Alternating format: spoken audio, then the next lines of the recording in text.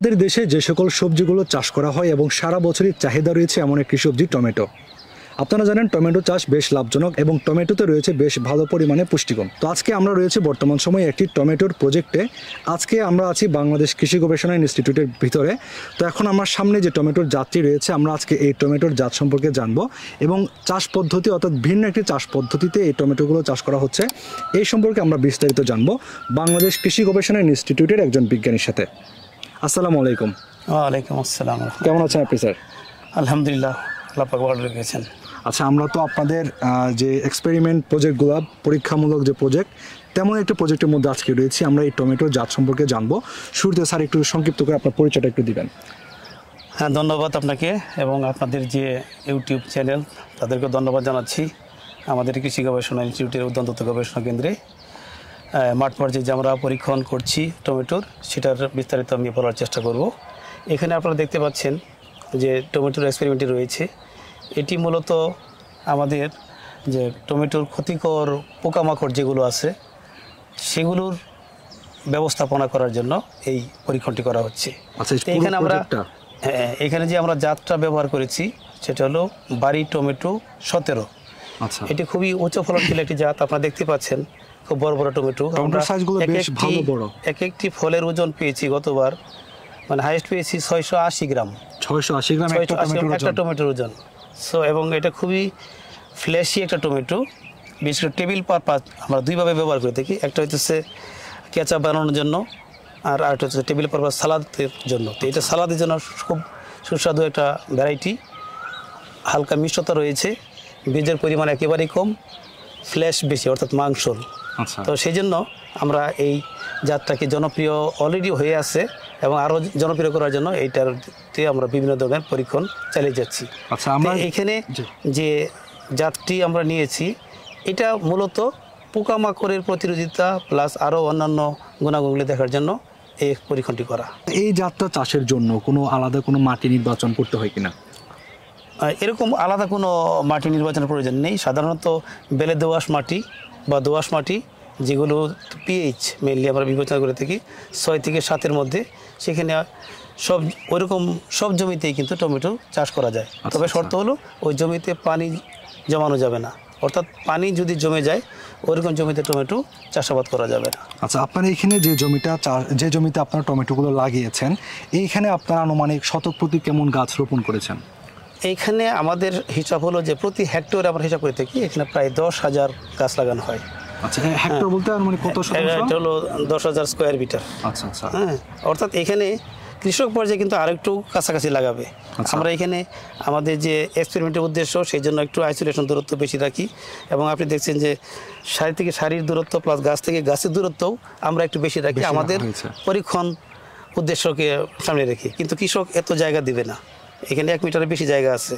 তো সেই জন্য শতকের হিসাবটা হলো এরকম যে আমাদের এটার অ্যাকচুয়াল যে স্পেসিং বলি আমরা, সারি থেকে সারি গাছ থেকে গাছ, সেটা হইতে হবে 60x70, অর্থাৎ সারি থেকে সারির দূরত্ব 70 সেন্টিমিটার আর গাছ থেকে গাছের দূরত্ব 60 সেন্টিমিটার। এটা হলেই সুন্দর, মানে এটা একটা নমুনা। তো এইভাবে করবো আর কি আমরা। এই জাতটা তো আমাদের দেশে তো কয়েকটা সিজনাল জাত থাকে, গ্রীষ্মকালীন, শীতকালীন। এটা মূলত কোন সিজনের? এটা আমাদের উইন্টার ভ্যারাইটি অর্থাৎ শীতকালীন ভ্যারাইটি। আচ্ছা, শীতকালীন ভ্যারাইটি এবং খুবই ভালো একটা ভ্যারাইটি। আমাদের গ্রীষ্মকালীন ভ্যারাইটির মধ্যে রয়েছে আমাদের বাড়ি টমেটো 4, বাড়ি টমেটো 8, আবার হাইব্রিড আছে আমাদের বাড়ি টমেটো 10। এগুলো হলো আমাদের গ্রীষ্মকালীন ইয়ার রাউন্ড, অর্থাৎ যে কোনো সময় লাগাইলে সেগুলো হবে। তবে গ্রীষ্মকালে অর্থাৎ হলো এটার মূল জিনিসটা হতেছে যে তাপ সহিষ্ণু, অর্থাৎ বর্ষাকালে সেগুলোকে চাষাবাদ করা যায়। তবে সেগুলির প্রযুক্তি একটু ভিন্ন। আমাদেরকে এরকম শেড করে নিতে হয়, পলিথিন শেড করে তার নিচে ওই যে টমেটোটাকে চাষ করতে হয়। তা না হলে বর্ষাকালে অতিবৃষ্টির কারণে সেগুলিতে ফ্লাওয়ারিংটা হয় না, ফ্লাওয়ারিং হইলেও ফল হবে না। হ্যাঁ, এবং গাছ উইল্টিং হয়ে মারা যায়। এই টমেটোটা রোপণের আনুমানিক আদর্শ সময় কোনটি? আদর্শ সময় হলো অক্টোবর। আচ্ছা, অক্টোবর। হারভেস্ট হতে কতদিন সময় লাগবে? এই তো চলে আসছে প্রায়। কালার দেখেন আপনি, একটু দেখলে খেয়াল করবেন যে একটু হলুদ হয়ে আসতেছে। আমরা বোধহয় আশা করতেছি সামনের সপ্তাহ থেকেই এটা হারভেস্ট করা যাবে। এইটা লাগানো কিন্তু হচ্ছে একটু লেটে, কারণ গাজীপুরে এবার একটু বৃষ্টি ছিল, যার জন্য আমরা এটার প্ল্যান্টিং ডেট হলো 25শে নভেম্বর। আচ্ছা, 25শে নভেম্বর আমরা সামনের সপ্তাহের থেকে হারভেস্ট করতে পারবো। এটা এখন হারভেস্ট হয়নি আর কি। এখন আপনাদের এখানে আপনারা যে পদ্ধতিটিতে চাষ করছেন এটার পদ্ধতিটার নাম কি? পদ্ধতি বলতে আমি বলবো যে আমরা তো আসলে সারি করে লাগিয়েছি, আপনি দেখেন। হ্যাঁ। এটাকে প্রায় এরকম 2 মিটারের মতো, প্রায় 2 মিটার বা একটু কাছাকাছি এখানে প্লট সাইজ করেছি এবং এটাকে আমরা বলি রেইজ বেড অর্থাৎ হলো একটু বেডকে উঠায় নেওয়া হয়েছে এখানে। আচ্ছা আচ্ছা। কারণ যে ড্রেন আছে এখানে, এগুলোতে সেচের সুবিধার জন্য এই কাজটা করা হয় আর পরিচর্যা করা সহজ হয়। জি। হ্যাঁ, তো আমাদের কৃষকবাদের জন্য যেটা থাকবে যে রেইজ বেড তাদের না হলেও সমস্যা নেই, বিশেষ করে এই শীতকালে তারা যদি শুধু ওই স্পেসিংটা ঠিকমতো ফলো করে তাহলে এটাকে সুন্দরভাবে তারা চাষ করে ভালো ফলন পেতে পারবে। বরং কোনো সময় আমরা দেখছি কৃষক কিন্তু যারা একটু উদ্যমী কৃষক, একটু পরিশ্রমী কৃষক, তারা কিন্তু আমাদের চাইতেও ভালো ফলন অনেক সময় পেয়ে যায়। আচ্ছা আচ্ছা। এটা খুবই মানে পরিচর্যা তারা আরও সুন্দর ম্যানেজমেন্ট করে। হ্যাঁ, যার জন্য ফলন কিন্তু তাদের মাঠে কখনো কখনো বেশি হয়, তবে গড় পড়তায় কিন্তু রিসার্চ মাঠের মধ্যে ফলনটা একটু বেশি হয়, বেশি থাকে। আচ্ছা স্যার, যেহেতু আপনি যেটা বলছেন হেক্টর প্রতি 10,000 আনুমানিক চারা রোপণ করবে, সেক্ষেত্রে যদি কেউ রোপণ করে এখানে ফলনের কেমন আপনারা আশাবাদী? এই ফলনটা কেমন? ফলন আমাদের মাঠে এই যে জাতটা, এটা ফলন আসবে 45 থেকে 50 মানে টন পার হেক্টর। আচ্ছা, পার হেক্টরে 45 থেকে 50 টন আসবে। টন আসবে। আচ্ছা। কিন্তু কৃষক পর্যায়ে যদি এটা 30, 35, 40 আসে, কৃষক কিন্তু খুব হ্যাপি হবে। জি স্যার। হ্যাঁ, এরকম। আচ্ছা, এখন এইটা চাষ করার ক্ষেত্রে এই জাতে যদি আলাদাভাবে রোগবালাইয়ের কথা বলি, আলাদা কোনো রোগবালাই এটা কেমন আছে? হ্যাঁ, এইটাতে রোগবালাই একটু বেশি। এটাও আমাদের পরীক্ষণের উদ্দেশ্যের জন্য নেওয়া, যে আমরা সাধারণত পরীক্ষণগুলি যে সমস্ত কারণে করি সেগুলি তো অনেক সময় যেগুলি সংবেদনশীল জাত সেগুলো নিয়ে সাধারণত পরীক্ষা করে থাকি। আচ্ছা। যেমন আপনি খেয়াল করে দেখেন এই গাছগুলোর মধ্যে ভাইরাসের সংখ্যা কিন্তু একটু বেশি। এই ভাইরাসটা হওয়ার বড় কারণ পাতা যে কুঁচকে যাচ্ছে একটু। এইটা হলো যে হোয়াইট ফ্লাই একটা পোকা আছে, এটা হলো তার ক্যারিয়ার, অর্থাৎ বাহক পোকা হিসেবে কাজ করে।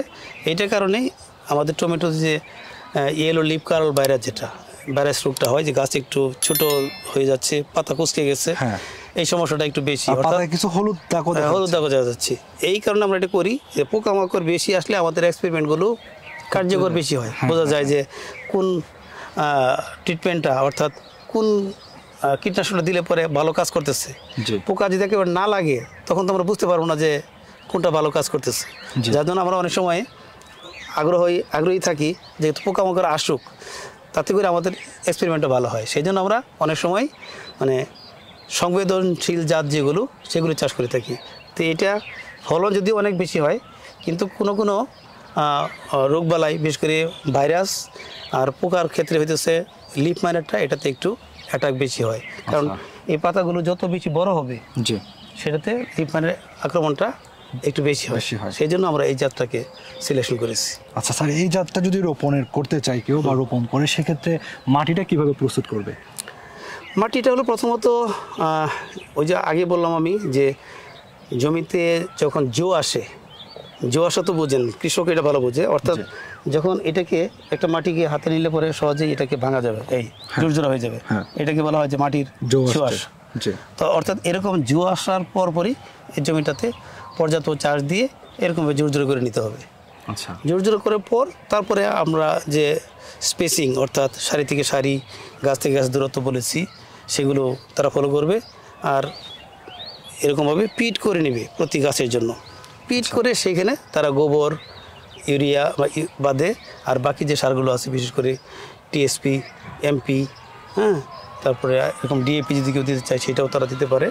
তবে আমরা সাধারণত বলে থাকি যে গোবর প্লাস হলো টিএসপি এবং এমপি, এই তিনটা সার পর্যাপ্ত পরিমাণে, অর্থাৎ পর্যাপ্ত বলতে আমাদের যে বিজ্ঞানসম্মত যে একটা ডোজ সুপারিশ করা আছে ওই ডোজ অনুযায়ী ব্যবহার করলে পরে তারপরে ওই পিটের মধ্যে সাধারণত আমরা 7 দিন সারগুলি দিয়ে ওই পিটটাকে বন্ধ করে দিই।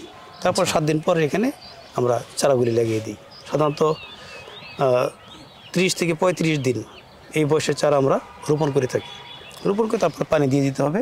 এরপর যে গাছ যখন একটু উঁচু হবে তখন সেখানে এরকমভাবে এই সিস্টেমটাকে বলি আমরা স্ট্যাকলিং, অর্থাৎ কাঠি দিয়ে দেওয়া। আচ্ছা, কাঠি দিয়ে দিলে পরে গাছগুলোকে এরকমভাবে বেঁধে দেওয়া হয়। জি। বাঁধার পরে পরবর্তীতে যে ডালপালাগুলো যখন বড় হয়, বিশেষ করে এখন যেহেতু বড় ফল দেখতে পাচ্ছেন, হ্যাঁ। এই লোডটার জন্য কিন্তু গাছগুলি হেলে পড়ে যায়।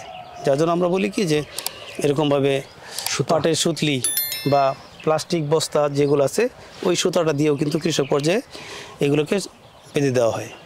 বেঁধে দিলে পরে এগুলো টমেটোগুলো উপরে থাকে, যার জন্য এই টমেটোগুলো আর নষ্ট হয় না। আদারওয়াইজ যখন মাটিতে পড়বে তখন কিন্তু পছন্দ টমেটোগুলো পচন ধরার সম্ভাবনা আছে। জি। ওটা থেকে রক্ষা পাওয়ার জন্য আমরা এরকমভাবে স্ট্যাকলিং পদ্ধতিটা ব্যবহার করে থাকি। আচ্ছা, এখন স্যার এইটা চাষ করার ক্ষেত্রে মালচিং পেপার কোনো কাজে আসবে কিনা? মালচিং পেপার দিয়েও আমরা করি, কিন্তু আমাদের এই এক্সপেরিমেন্টের উদ্দেশ্যের জন্য আমরা কিন্তু এখানে মালচিংটা ব্যবহার করি না। মালচিং আপনি দেখেন সামনে মাঠ দেখা যাচ্ছে, ওই পাশে mulching। সেখানে কিন্তু মালচিং আছে। ওইটা তাদের হলো অন্য পারপাসে, যে উইড যেতে না হয়। আর আমাদের এখানে উইড অবশ্যই কমাইতে হবে, বাট উদ্দেশ্য হলো এইটা যে আমরা এখানে ওই মালচিং পেপারটা ব্যবহার করি নাই আমাদের এক্সপেরিমেন্টের স্বার্থে। আচ্ছা, এখন কৃষক পর্যায়ে যদি চাষ করতে চায়, কৃষক পর্যায়ে যদি করতে চায় কোনো আপত্তি নেই, তারা করতেই পারে।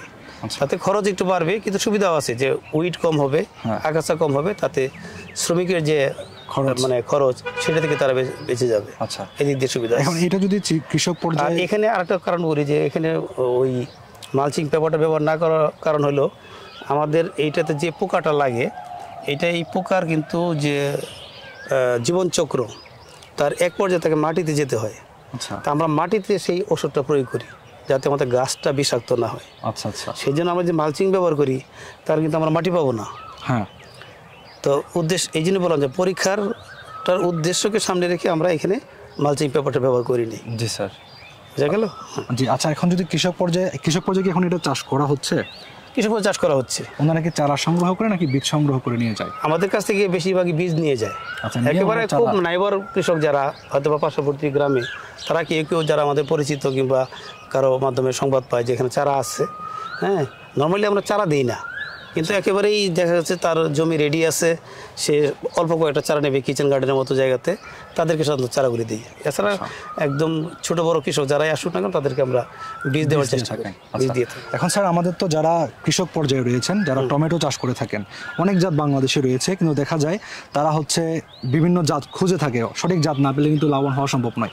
তো তাদের জন্য আসলে এই জাতটা কেমন হবে বলে আপনি মনে করছেন যদি বাণিজ্যিকভাবে চাষ করতে চায়? এইটা হলো যে প্রথম চিন্তা করতে হবে যে বাণিজ্যিক ভিত্তিতে যে চাষাবাদটা, এটা কোন পারপাস। আমি তো বলছি যে এই জাতটা কিন্তু টেবিল পারপাস, সালাদের জন্য। আর যদি কেঁচা বা ওই যে আরেকটা দিন কী করি আমরা টমেটোর যে সস, এইটা যদি করতে চাই তাহলে আবার এই জাতটার চেয়ে আরও ভালো জাত আমাদের স্পেসিফিক জাত আছে, একদম টকটকা লাল হয় পাকার পরে। এটা যেমন একটু হলদে ভাব থাকে, কারণ এটাতে একটু বিটা ক্যারোটিন বেশি আছে। তো যার জন্য আমি বলবো যে উদ্দেশ্য অনুযায়ী যারা এটা চাষাবাদ করবে জাত নির্বাচন করা উচিত। যদি উদ্দেশ্য হয় যে টেবিল পারপাস, তাহলে এটা খুবই দারুণ একটা জাত। আর যে উদ্দেশ্য হয় যে না আমি কেঁচা বানাবো, সস বানাবো, সেক্ষেত্রে কিন্তু আমি বলবো যে আমাদের যে অন্যান্য ওইরকম জাত আছে সেগুলি নেওয়ার জন্য। এখন যারা সাধারণ কৃষক থাকে বেশিরভাগ দেখা যায় তারা শুধুমাত্র বাজারে বিক্রি করে দেয়। জি। আচ্ছা, সেক্ষেত্রে তাদের জন্য কেমন হবে এটা? বাজারে কিন্তু এটার খুবই ডিমান্ড, কারণ বাজারে কিন্তু বড় টমেটোগুলো ডিমান্ড খুব বেশি। জি, দেখতে অনেক সুন্দর লাগে। আর এটা তো বলছি যে এটা আপনি পাকা দিয়ে থাকতো আমি দেখাইতে পারতাম আপনাকে যে আসলে খুবই মাংসল এবং একটু মিষ্টতা বেশি। আমার কাছে এরকম মনে হয় যে আমার যে চয়েস, যে এই টমেটো খাওয়ার পরে অন্য টমেটো আপনি খেতে চাবেন না, এটা এত সুন্দর। হ্যাঁ, তো এরকম কৃষকদের জন্য আপনার কিছু বলার আছে কিনা এই জাত নিয়ে? এই জাত সম্পর্কে আমি বলবো যে আমাদের কৃষি গবেষণা ইনস্টিটিউটের যে সবজি বিভাগ, সেখান থেকে এখন পর্যন্ত 23টি জাত দেওয়া হয়েছে। তো 23টি জাতের মধ্যে আমাদের প্রথম যে 2-3 মানিক রতন, রতন আর মানিক, এইগুলি খুবই জনপ্রিয় জাত। রতনের পরে যদি কোনো জাত যেগুলা মানে আমরা মেগা ভ্যারাইটি বলি বা যেগুলিকে ক্লিক করা বলে আর কি, যে এই জাতটা ক্লিক করছে, সেক্ষেত্রে কিন্তু এই 12-17 জাত তার মধ্যে একটা। এছাড়াও আমাদের যে 14, 15, তারপরে বাড়ি টমেটো 21, এগুলি খুবই জনপ্রিয় জাত। তো সেই জন্য বাজারে কোনো কৃষক যদি চাষ করতে চায়, আমি বলবো কমপক্ষে যে রতন, এই বাড়ি 17, টমেটো 17, একটা বাদ পড়লো 14, আর হলো 21, এই জাতগুলি খুবই মানে ইল্ড ভালো দেয় এবং সেগুলিতে কৃষকরা লাভবান বেশি হওয়ার সম্ভাবনা থাকবে। জি। তো স্যার আপনাকে অনেক ধন্যবাদ, মূল্যবান সময় দিয়েছেন এবং গুরুত্বপূর্ণ তথ্য দিয়েছেন। তো আপনারা যারা এই বাড়ির 17 টমেটো চাষ করতে চান বা এটা সম্পর্কে আরও বিস্তারিত জানতে চান, বাংলাদেশ কৃষি গবেষণা ইনস্টিটিউট থেকে আপনারা পরামর্শ বা তথ্য সংগ্রহ করতে পারবেন। আর যারা বীজ সংগ্রহ করতে চান তারা সরাসরি বাংলাদেশ কৃষি গবেষণা ইনস্টিটিউট এসে এখান থেকে আপনারা বীজ সংগ্রহ করতে পারবেন। তো আপনাদের সঙ্গে দেখা হবে পরবর্তীতে অন্য কোনো প্রতিবেদনে, অন্য কোনো বিষয়ে। সে পর্যন্ত সকলে ভালো থাকুন। আল্লাহ হাফেজ।